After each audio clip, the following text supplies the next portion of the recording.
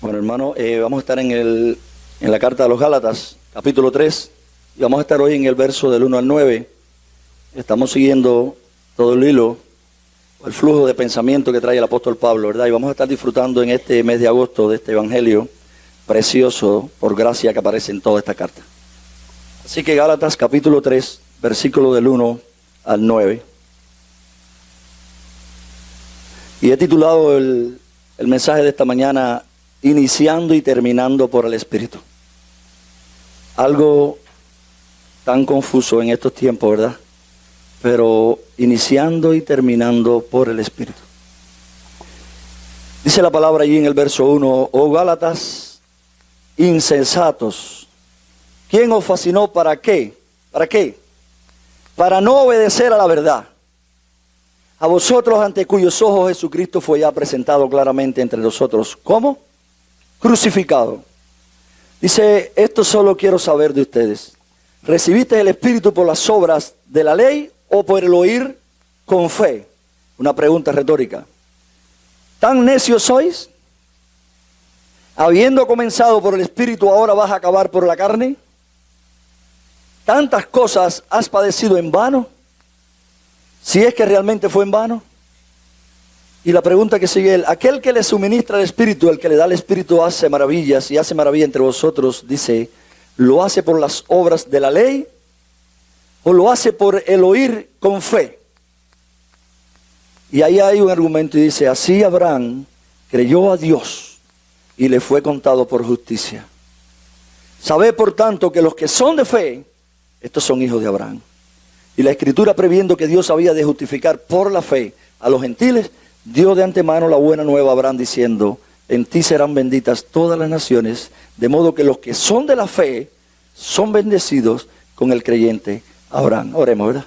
Señor, ayúdanos Dios, para que podamos caminar en el Espíritu y no en la carne.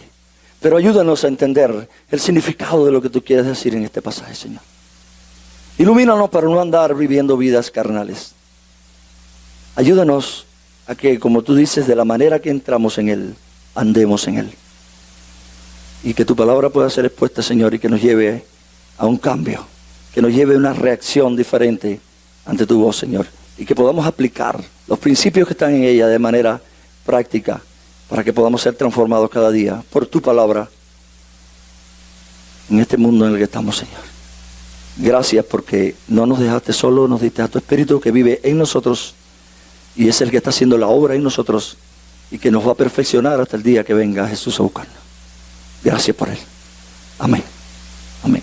Ahora, como dije anteriormente, venimos en una secuencia en la carta de los Gálatas y no podemos llegar hasta el capítulo 3, versículo del 1 al 9 sin tener el contexto, porque sería sacarlo del contexto en el que fue escrito. Estas cartas no fueron escritas para leerse en porciones, fueron escritas para que se leyeran como cartas, y una porción tiene que tener su contexto, porque si no es un pretexto lo que estamos haciendo.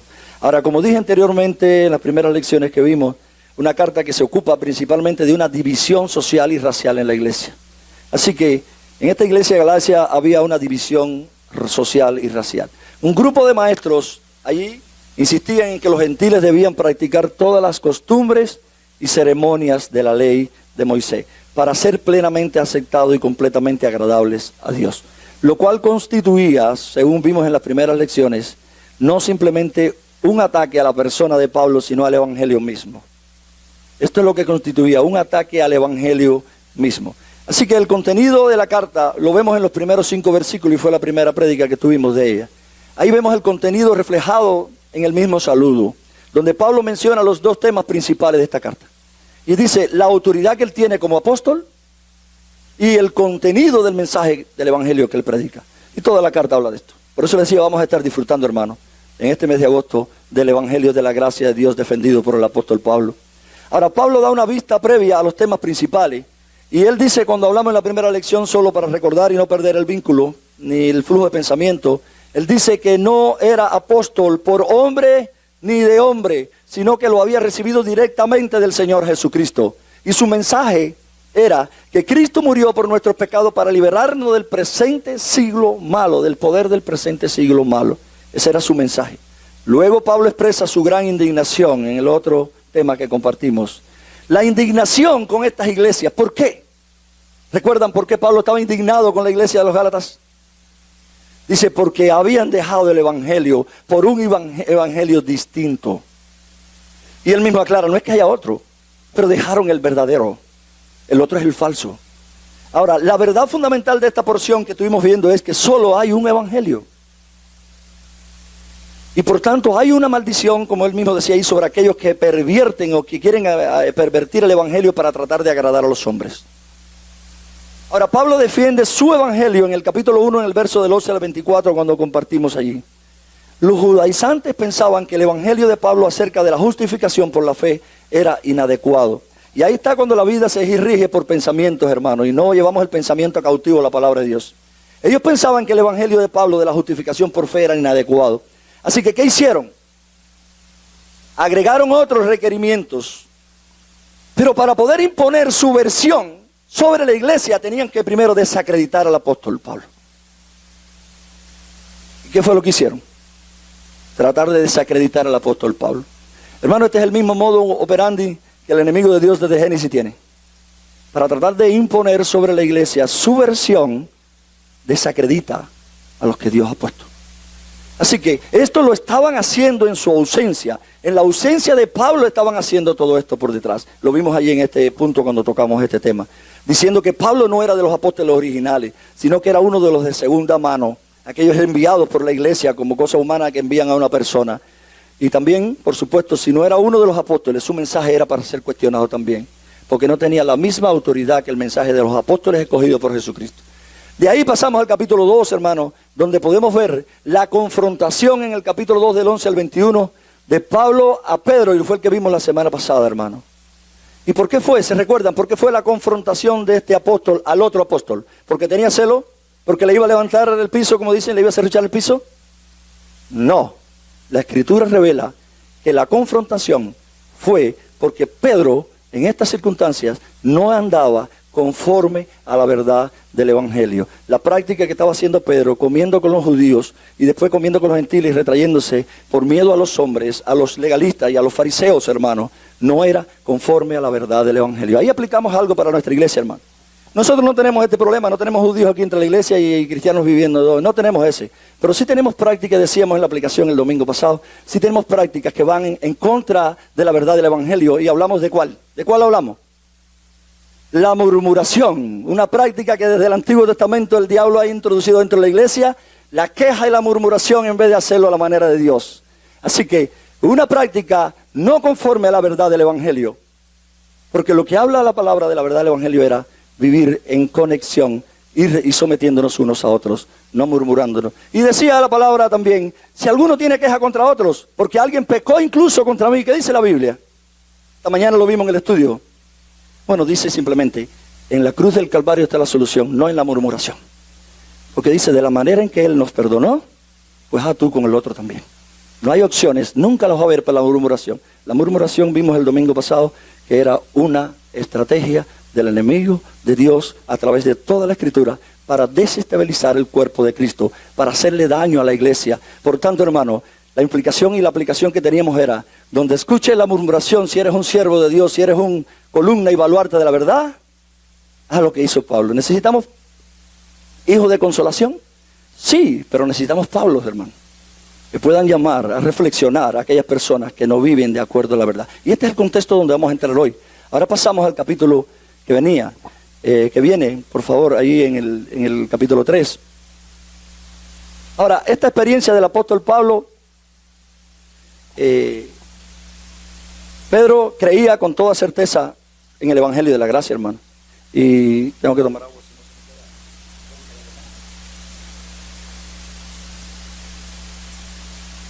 Pedro creía con certeza el evangelio de la justificación por sola fe, pero en este momento tuvo miedo.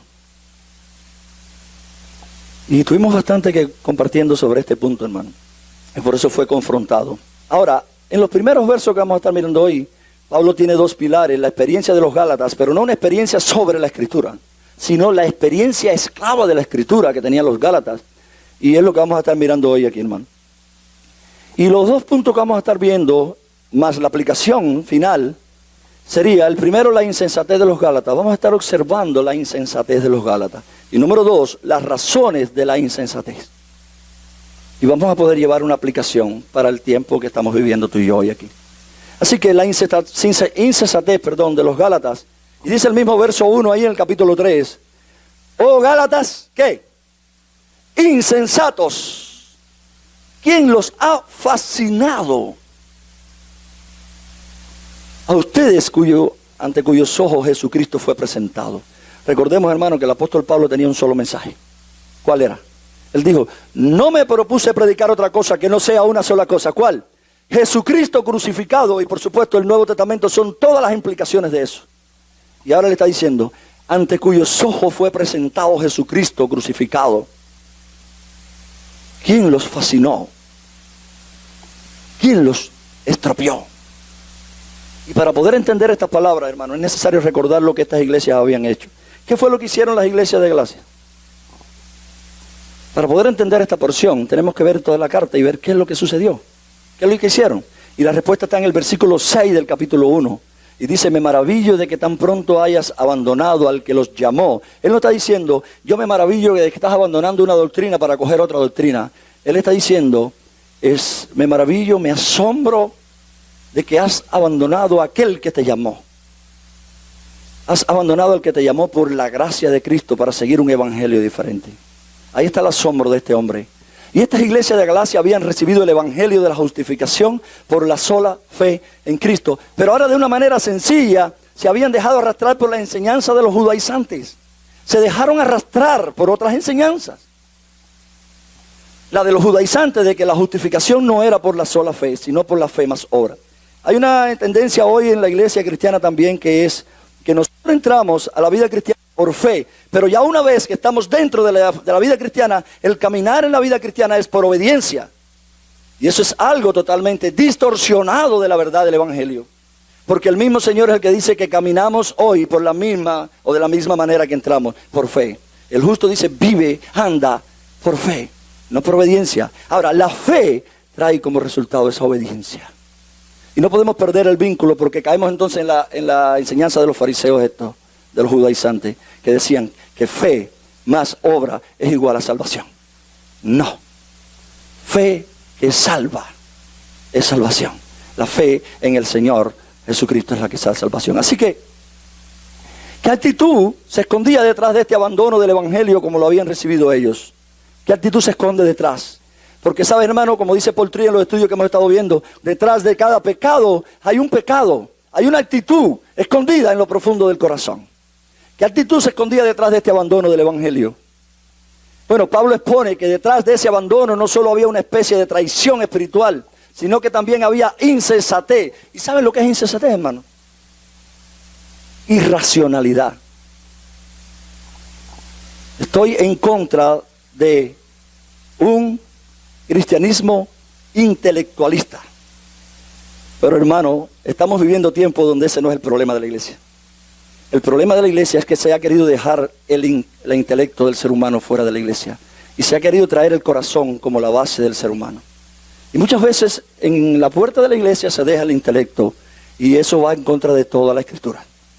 Así que estamos viviendo momentos donde lo que se quiere constantemente es quitar la mente para que el ser humano no piense. Herramientas totalmente del enemigo. Estamos viviendo un posmodernismo donde se quiere hacer a un Dios muerto. Pero que no podemos reaccionar y reflexionar a lo que Él dice. Entonces, ¿qué actitud se escondía? Pablo dice que había insensatez, irracionalidad detrás de ellos. Así que Pablo no titubea en decirles en el verso 1, insensatos, irracionales.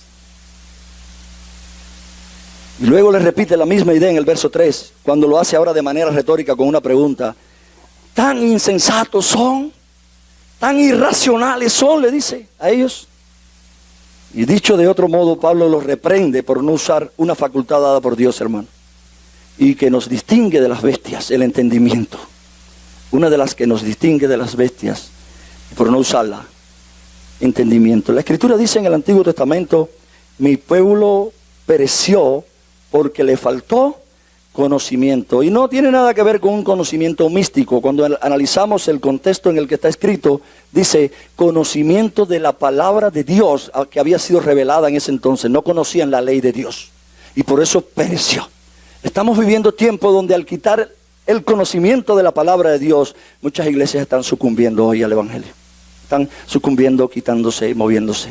Ahora, dice William Hendricks, dice, la palabra insensato en el original, dice este comentarista, señala tanto a una actitud del corazón como a un estado de la mente. Dos áreas. No se trata de brusquedad, sino del descuido de no usar la mente o la capacidad mental para sacar mejor provecho. Y lo que Pablo le está diciendo, están descuidando una de las características del ser humano, que es la mente, para sacar el provecho. Por eso están cayendo presas del error. Les digo, hermano, el enemigo de Dios se ha tratado en estos tiempos de quitar la mente de la iglesia. De que dejemos la mente en la casa y que vengamos a reaccionar emocionalmente, pero sin un raciocinio de lo que decimos. Aun cuando toda la escritura podemos examinarla y podemos ver que nos lleva, número uno, a pensar. Y la transformación, dice la escritura, que dice que empieza por la renovación de la mente. Después la emoción reacciona a la verdad que ha sido captada. Y después la voluntad reacciona juntamente con la emoción a esa verdad. Pero el enemigo de Dios ha querido quitar eso. Si ya no hay pensamientos, hermanos, correctos, de acuerdo a la verdad, cualquier cosa vale. Lo único que tenemos es que decir que amén a todo. Pero cuando pensamos, la Biblia dice que tenemos que estar claros para saber cuándo decimos amén. Eso lo dice Pablo. Tenemos que estar claros pensando para ver cuándo decimos el amén. No vaya a ser que estemos diciéndole amén a algo que no sea. Entonces, ¿cómo se evidenció esta insensatez en estas personas? ¿Cómo se evidenció en la vida de estas personas la insensatez? Bueno, en el hecho de que se habían dejado hechizar por alguien. Pues Pablo pregunta de manera retórica, ¿quién los ha fascinado a vosotros? Hermano, este hechizo o esta fascinación no tiene nada que ver con la brujería. Porque muchas veces, buscando fuera al culpable, siempre decimos, el diablo me engañó. Sino con un lavado de cerebro, hermano. Estamos viviendo tiempos donde deberíamos estar examinando la palabra. Hace algún tiempo se dijo aquí en un devocional, y yo le doy gracias a Dios por eso, hermano, que Dios nos está llevando a volver a lo de antes. Y estoy mirando la historia de la iglesia, hermano. La iglesia caminaba con la lumbrera de Dios delante. Pero la iglesia perdió la lumbrera cuando el paganismo entró dentro de ella con Constantino. Y empezó a caminar de espalda a la lumbrera. Pero vinieron hombres llamados por Dios para levantar una reforma donde se diga, la escritura sigue siendo la lumbrera. Yo le doy gracias a Dios por eso, hermano, porque estamos viviendo tiempos donde estamos volviendo a la escritura. Donde estamos volviendo a la regla, la única regla de fe y conducta, donde podemos examinarlo todo por esa regla. Creo que estamos volviendo ahí y el Señor está respondiendo, ¿verdad? Lo que dice la escritura en Hechos, que el Señor añade cada día a la iglesia. Porque la iglesia, dice, perseveraba en la doctrina de los apóstoles. Una de las cosas que dice, en el partimiento del pan, en las oraciones. Y el Señor añadía cada día a los que habían de ser salvos. Ahora, este hechizo no tiene nada que ver con brujería, sino con un lavado de cerebro. Pues de una manera irresponsable, estas iglesias dejaron de usar el entendimiento y como resultado, ¿qué fueron? Arrastradas al error. Cada vez que tú y yo dejamos de usar el entendimiento, hermano, que Dios nos dio, y dejamos de usar, porque muchas veces pensamos que la fe es emocional. La fe no es emocional. La fe es creer una verdad, un hecho histórico. Y eso implica pensar, reaccionar emocionalmente y reaccionar también volitivamente, la voluntad del ser humano. Así que dicho de otro modo, el abandono del evangelio puro, sí,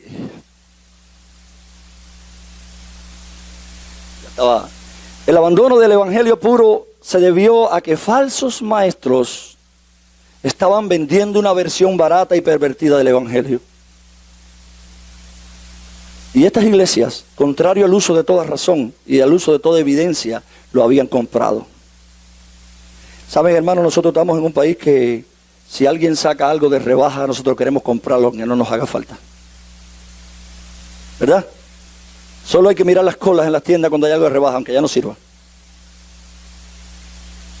Iglesia, usemos el raciocinio que Dios nos dio para mirar lo que la palabra de Dios revela.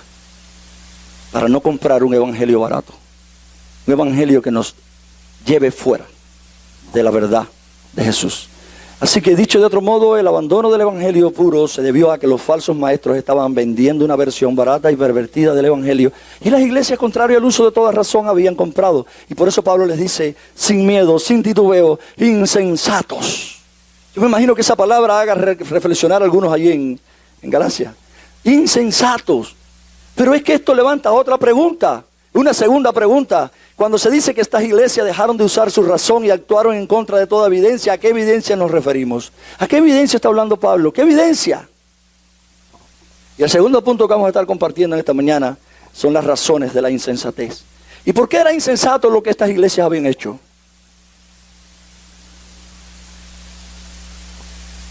De manera general, hermano, número uno, porque era contrario a su propia experiencia. Claro que la iglesia de Galacia no tenía una experiencia por encima de la palabra de Dios. Era una experiencia esclava de la palabra de Dios. Pero lo que estaban viviendo ahora era contrario a su propia experiencia, porque era contrario al testimonio de la misma Escritura. Ahora, su compra había sido insensata porque había sido contraria a su propia experiencia cristiana. Y lo que dice el verso número 4 es, ¿qué? ¿Han padecido en vano? ¿Tantas cosas han padecido en vano? ¿Cuál era la experiencia cristiana de esta persona, hermano? Gozo. Bueno, ahí no dice que era gozo, pero no está diciendo que no era tampoco. Pero la que se dice era padecimientos. Habían estado experimentando tantas cosas que en la palabra se traduce experimento o padecimientos. Y lo que le está diciendo, ¿han estado padeciendo en vano? Han estado teniendo esta experiencia que viene de la fe en Cristo, como Jesús dice, los que me siguen tendrán los mismos sufrimientos de Cristo. ¿Lo están experimentando en vano?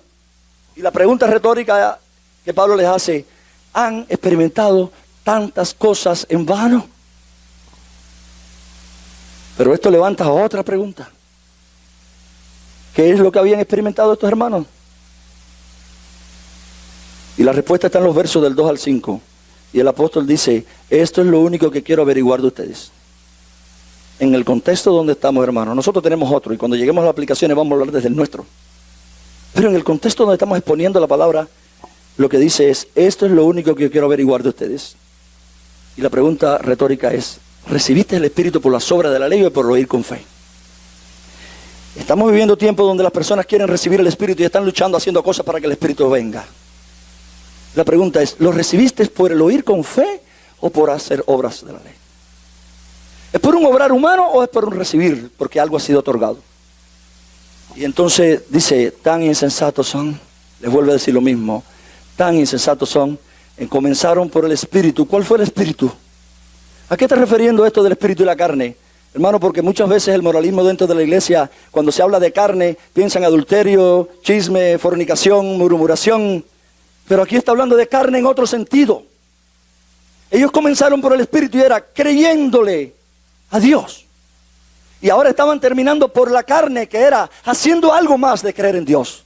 Y ese es el mensaje carnal del fariseísmo, siempre agregar algo más, donde tú y yo participemos haciendo algo más que creyendo en Él. Donde hacemos para y no porque Él está inundando el corazón con su Espíritu y nos está moviendo a. Por eso la pregunta es, ¿qué insensatos son? ¿Comenzaron por el Espíritu y van a terminar por la carne? Lo que le está diciendo, lo que están haciendo, agregándole al Evangelio, es carnalidad. Por eso le decía que, hermano, desde el punto fariseo o desde el punto legalista, decimos carne, adulterio, fornicación. Pero, hermano, según el Espíritu de Dios, inspirando a Pablo, le está diciendo carne, agregarle cualquier cosa al mensaje cristocéntrico. Carne, inmadurez. Así que sigue diciendo, ¿has padecido tantas cosas en vano? Si es que en realidad fue en vano. Y entonces el verso 5 dice algo muy revelador. Dice, aquel que les suministra el Espíritu, el que les da el Espíritu, y hace milagro entre ustedes. Y ahí viene la pregunta de nuevo. ¿Lo hace por las obras? ¿Lo hace por lo que tú haces? ¿O por el oír con fe? Hermano, la respuesta no hay que buscarla. Él estaba haciendo preguntas retóricas para decir, hermano, el que suministra el Espíritu lo hace cuando tú le crees.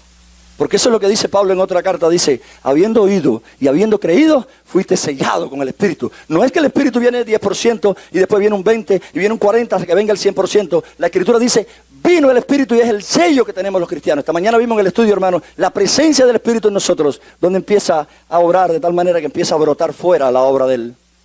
Y lo que le está diciendo es, ¿ustedes lo recibieron por hacer algo o lo recibieron por escuchar la palabra y creerla? Y la respuesta era clara, era por oír con fe. Y hay dos cosas que Pablo resalta sobre la experiencia de ellos.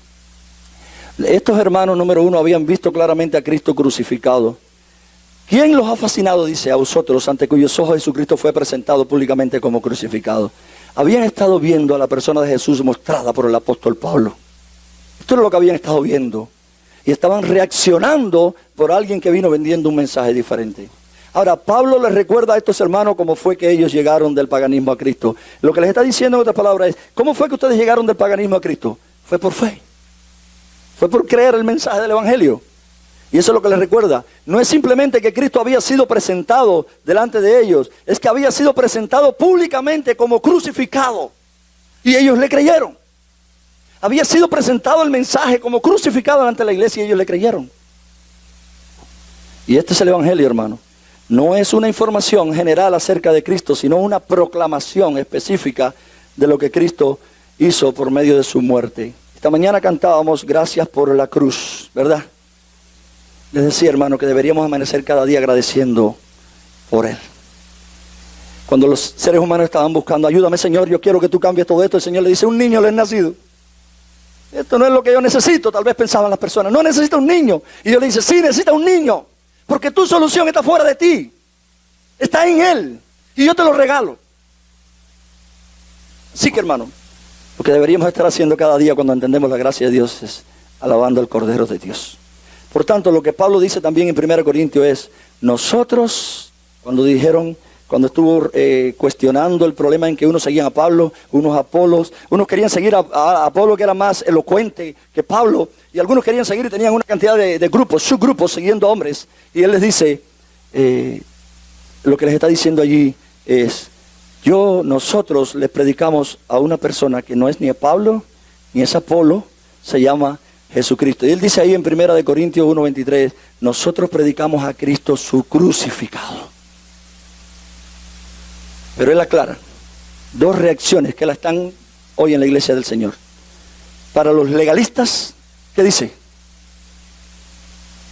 Piedra de tropiezo para los judíos, legalistas. Y para los gentiles, ¿qué dice? Necedad. Hoy sigue siendo lo mismo, hermano. Los legalistas dentro de la iglesia no quieren que se presente a Cristo semana tras semana. El no cristiano dentro de la iglesia dice, es una locura.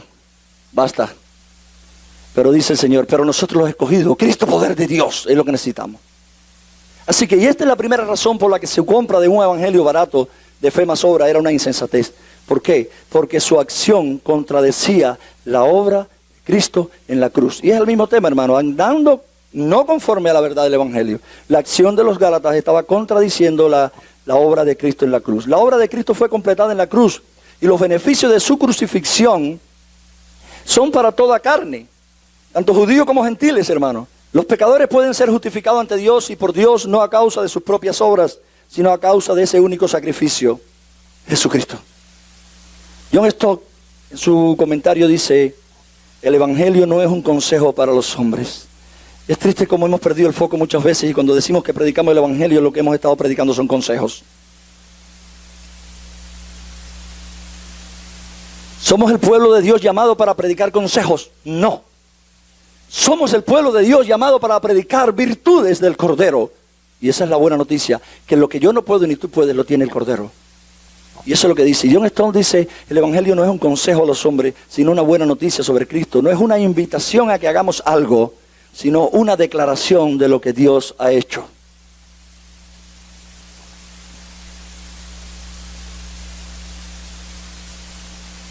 Y yo quiero decir algo antes de pasar, hermano, que no estaba en el punto, pero algunos pueden preguntarse, ¿y entonces qué hacemos? No hacemos nada. Si cogemos de nuevo la mente y la ponemos en su lugar, y vamos a la Escritura, empezamos a mirar, toda persona que hizo contacto con el Evangelio de la gracia de Dios, ¿cuál fue su reacción? Ahí vemos al Evangelio de la gracia de Dios en persona yendo a un endemoniado y cuando los libera, ¿sabe lo que hizo el endemoniado, hermano? sin muchas reglas, no aparecen reglas ahí. ¿Sabe lo que hizo el endemoniado? Hablar de Él, no me puedo callar. Y eso es lo que hace el Evangelio de la gracia de Dios. Nosotros queremos lo externo, que nos digan externamente lo que hay que hacer, pero el Evangelio de la gracia de Dios lo dice acá adentro, hermano. El Señor produce querer y hacer. Y es muchas veces donde nos confundimos. Y nosotros queremos hacer lo que el Espíritu de Dios solo hace. A nosotros nos llamaron a anunciar el Evangelio, y el Espíritu de Dios produce internamente querer y hacer. Por su voluntad, no por la mía. Entonces John estoy diciendo esto, hermano. Es decir, no es algo que nosotros hacemos, sino es una declaración de lo que ya Dios hizo. Los Gálatas habían recibido el Evangelio de solo Cristo y este crucificado como la única fuente de salvación y de crecimiento. Por tanto, tenían que darse cuenta de que el único requerimiento para recibir las buenas noticias del Evangelio por medio de la fe en lo que Él había hecho. Pero al seguir a los judaizantes en su versión de Cristo más las obras, para ser aceptados delante de Dios, estaban presentando la muerte de Cristo como algo vano. Bueno, alguien que le pueda ayudar ahí para yo seguir.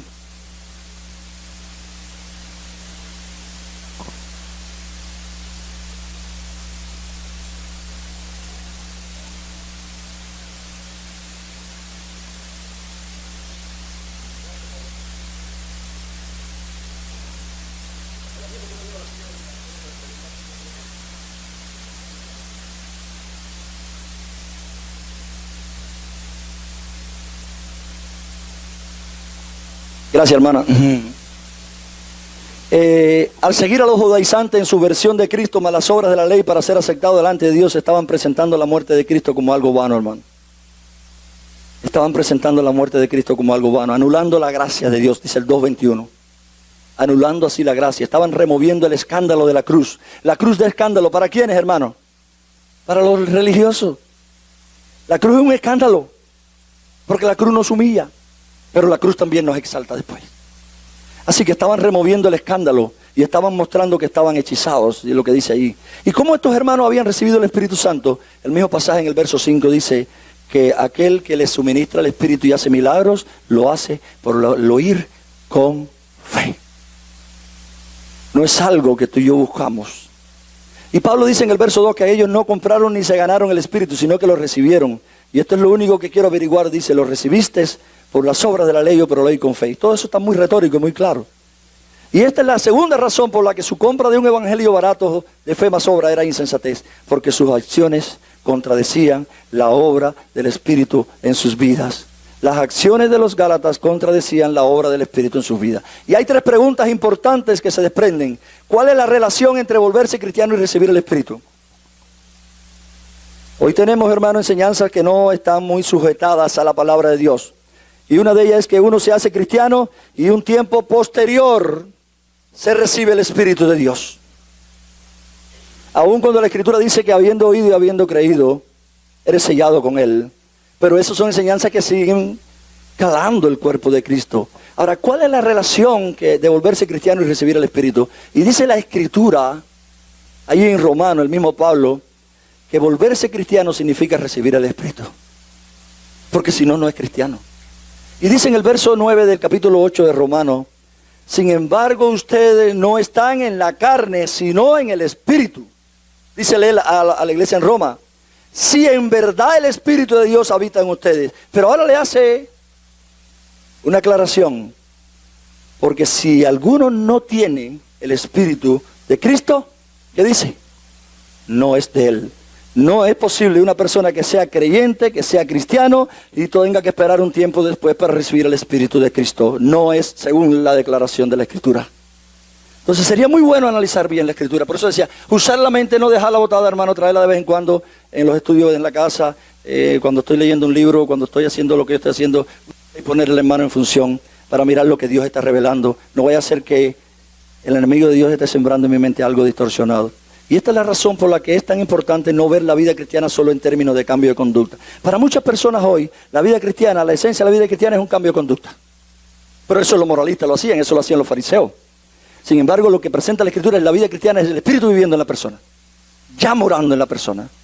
Ya empezando a hacer una obra que la va a perfeccionar y que nunca la dejará media. ¿Cuántas enseñanzas se desprenden? Así que John Piper, también otro predicador, dice que el volverse cristiano siempre envuelve la venida del Espíritu a morar y a obrar en el creyente. ¿Cuál es la evidencia de que el Espíritu está presente en nuestras vidas? ¿Cuál es la evidencia de que el Espíritu está presente en nuestras vidas? Bueno, ahí en Gálatas capítulo 5, 22 y 23, por eso les decía siempre, hermano, la tendencia siempre no es mirar al corazón nuestro, sino mirar a la Escritura, a la revelación de Dios. Dice 5, 22 y 23, Pablo nos habla de las evidencias o de los frutos de que el Espíritu está dentro de nosotros.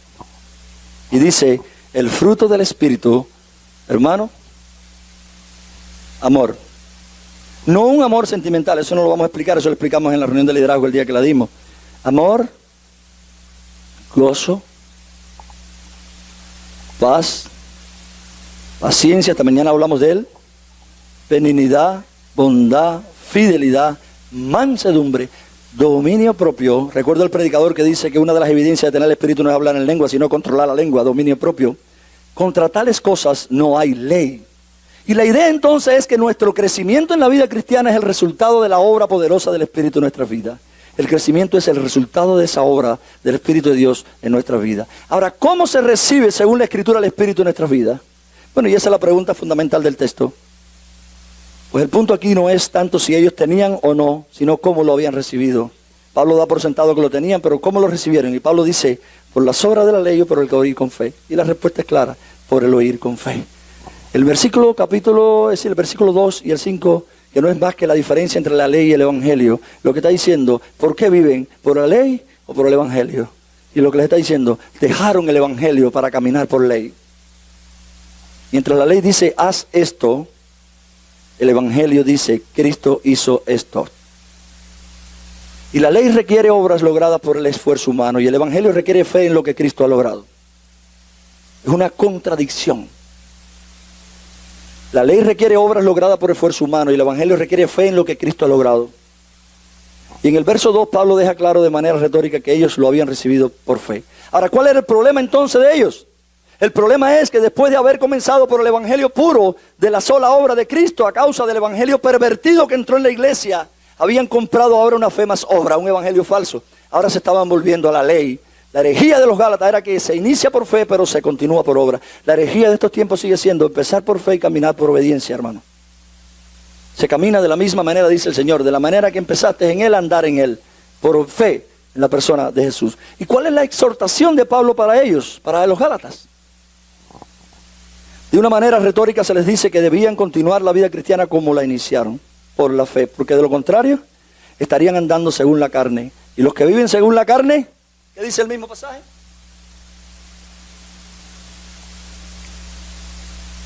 Perecerán.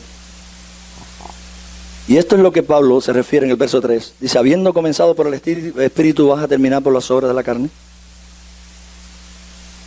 Hermanos, quiero que presten atención porque tenemos una tendencia a interpretar carne como adulterio, que la Biblia dice que es eso, fornicación, hechicería, murmuración, que la Biblia dice que es carne.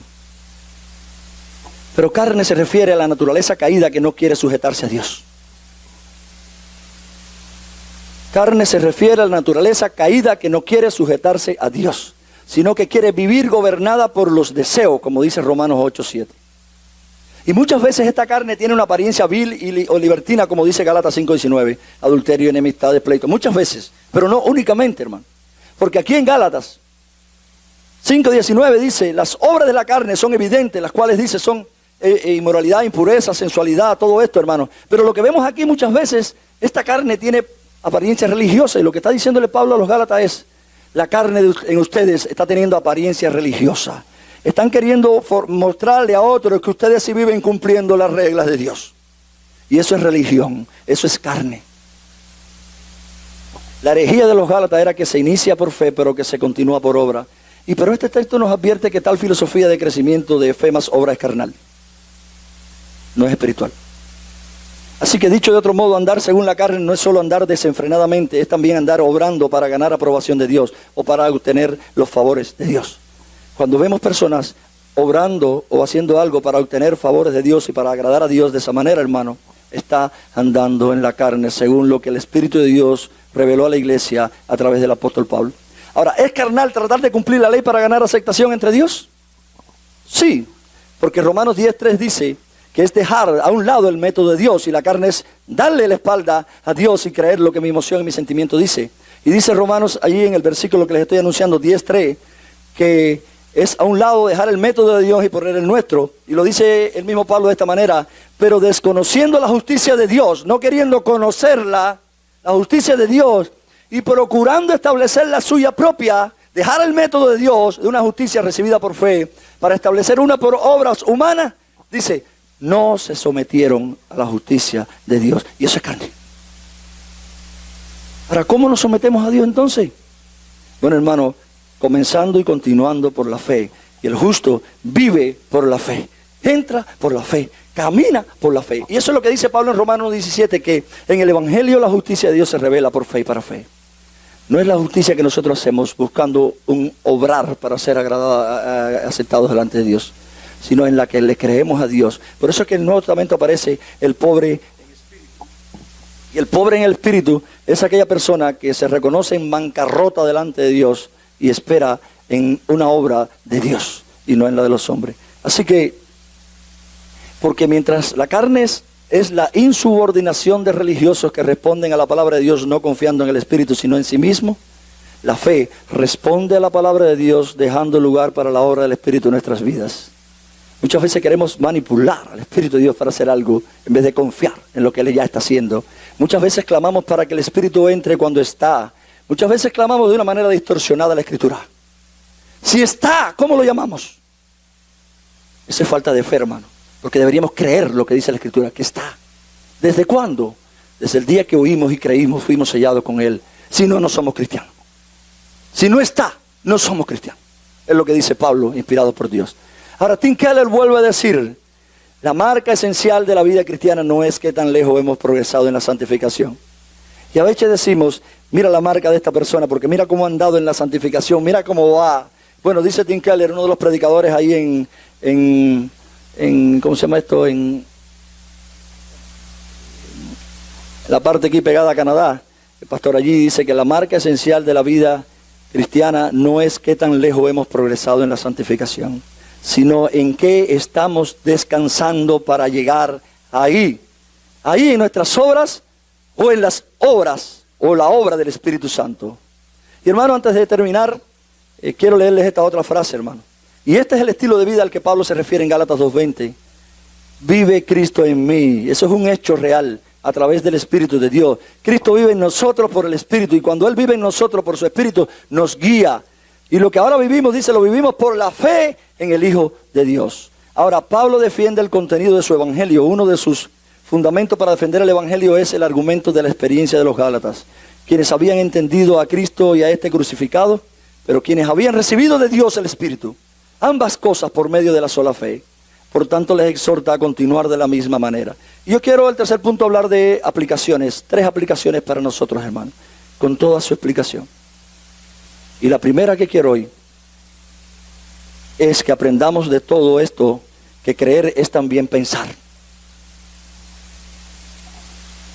Iglesia, están vendiendo mensajes baratos y chapuceros del Evangelio, pero también están vendiendo mensajes para que tú dejes la mente fuera, para que tú dejes el cerebro en la puerta. Pero según la palabra de Dios, eso es insensatez. Así que primera aplicación para nosotros, aprendemos que creer es pensar. No nos dejemos engañar por mensajes que te quitan la mente para no pensar.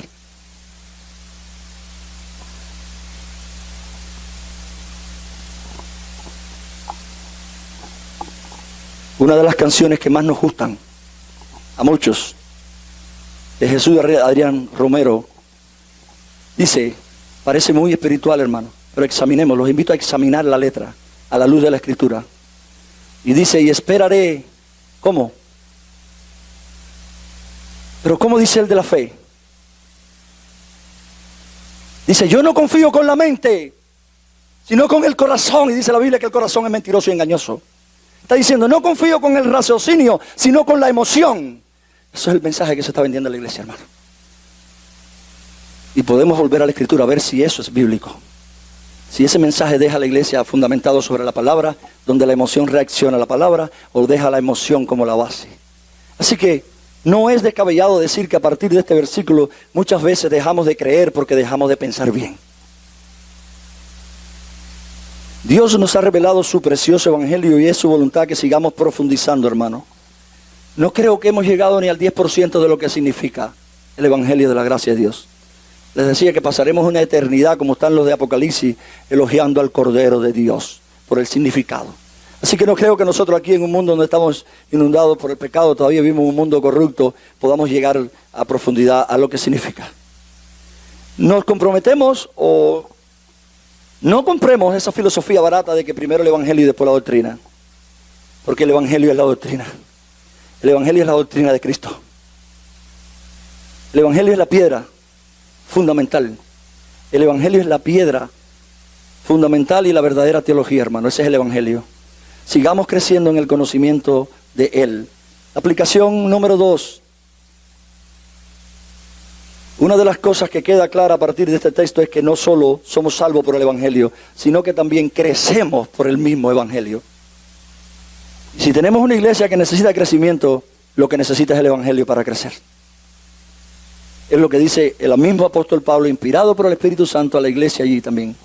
De la manera que empezamos en él, caminemos en él, creyendo en el mensaje de él. Así que, dicho de otro modo, somos justificados por la fe y somos santificados por la misma fe. Nuestro fracaso en obedecer y conformarnos al carácter de Cristo no es simplemente falta de fuerza de voluntad.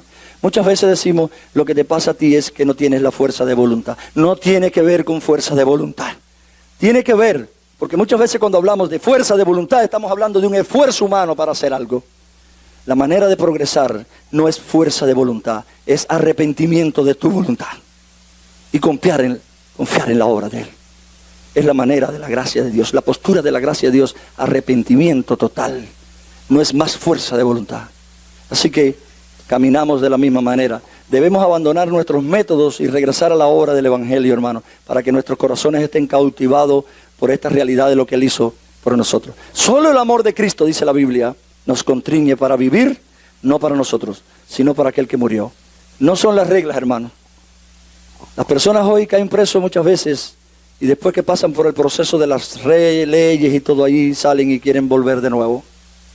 No son las reglas las que cambian un corazón. Pero el evangelio sí hace una obra, dice, el amor de Cristo constriñe, conmueve, convence, obliga. Y es a lo que estamos llamados a anunciar. Y número 3, para los que predican, hermano, aquí nosotros quiero anunciarles que terminamos ayer el taller de predicación y enseñanza y ha sido creado un ministerio oficial de predicadores y personas que enseñan. Y aunque va a seguir el curso, otros van a seguirlo después. Yosnay va a seguir en septiembre para los que quieran. Pero ha sido creado oficialmente, hermano, donde vamos a examinar todo lo que la iglesia come. Y es uno de los ministerios que la iglesia tiene. Para los predicadores, para los que enseñan.